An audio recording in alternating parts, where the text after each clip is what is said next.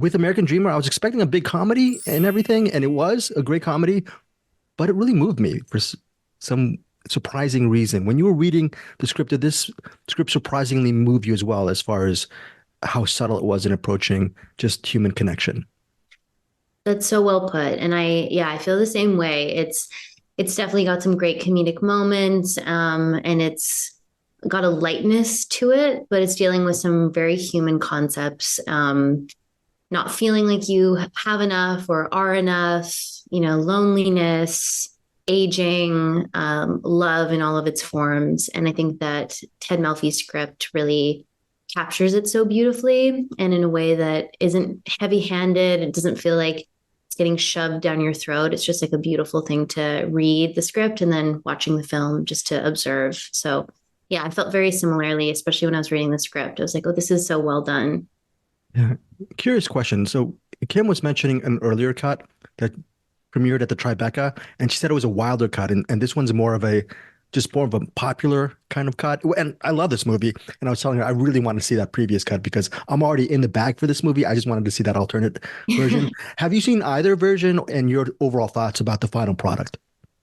So I haven't seen the newest version, so I'm really excited to see where they took it. But I did see the original cut. It premiered at Tribeca, and I attended, which was really fun. And yeah, it was definitely they took some like big creative risks, which I always really appreciate, and I thought it was really fun. But I understand wanting to make it a bit more just like a different, maybe like tighter cut for the more like mainstream non-film festival audience. So I think both will have their moments, but I'm really excited to see this new cut and how it compares.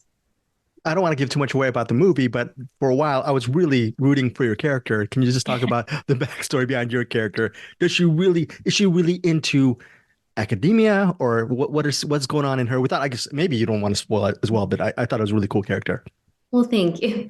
Yeah, she is. I think she's a bit of a I don't think she knows who she is ultimately. I think she would like to be an academic. I think she would like to be taken seriously. She fancies herself mature, not kind of like everybody else in her peer group. And I think she, tries to get something that she feels like she wants because I would assume she maybe feels a little inadequate, and that's where it's coming from. And then what I found so interesting about her is that when she didn't get what she wanted exactly, this sort of mature facade just completely crumbles, and she becomes quite childlike and throws essentially a tantrum. So she was very fun to play with, that's for sure, and a different character for me to play as well. No, in life, I guess in broader strokes, you just want to make a difference. People want to make a difference in the world. And I guess, what is it like to be part of a show that it's so critically acclaimed? But I think even most importantly, when people are having a rough time with their life, they'll just go to that show and they'll just escape for a while and laugh, and laugh away the tears maybe. So Yeah. on that level, how much does that show mean to you? And then on a selfish level, in what ways did you grow as an artist throughout those 12 seasons? So Letterkenny was, truly the most special experience of my career. We did 12 seasons. I grew up on that show and with those people. So it's massively important to me personally. I grew a lot as an actor. It was my first um, comedy on camera. And so working with these like comedic geniuses and the writing style that we were given, it was a lot to adjust to and a lot to level up and so that I could hang ultimately. But yeah, we just all grew together. I feel like it made me a more confident person, a more confident performer, which is such a gift.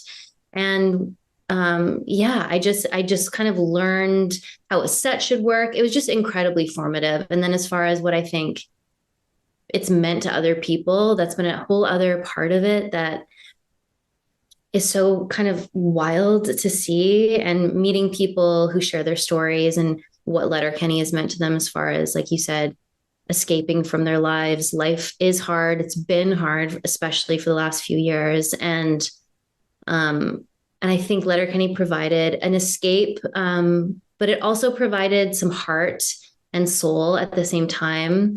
The writers on that show did a great job of like making it like silly and not too like narrative based, but at the same time like coming from a place of love. And so yeah, it's been really cool, and it's meant the world.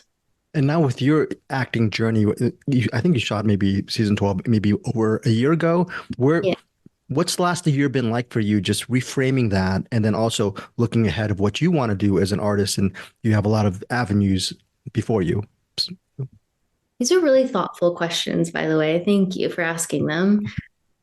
Um, it's been an interesting year. Obviously, being on a show for so long, almost 8 years, you get used to that schedule and routine and seeing those faces. And I think I definitely went through a bit of a grief period, and which is to be expected. We all still stay in touch, and that's very important for like the quote unquote healing journey of it all.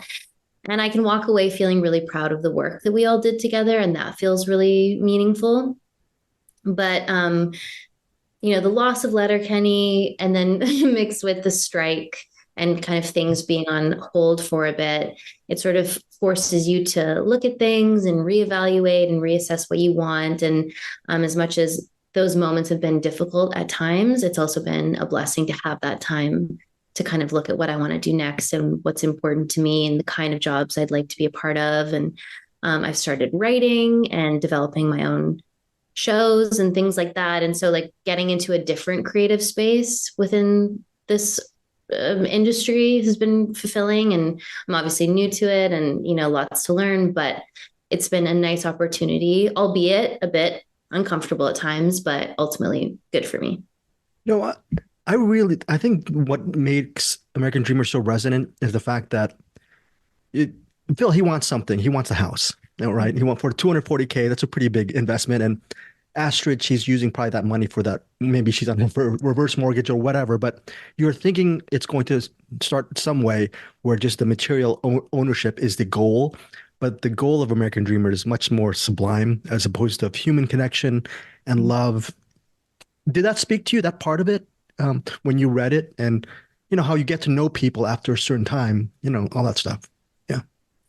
Totally. I mean, it's the classic, you don't always get what you want, but if you try, you get what you need, like that, that whole thing. But it's so true. And we live in a very materialistic society currently. We've all been kind of brainwashed to constantly think that if we get more, we'll be happier.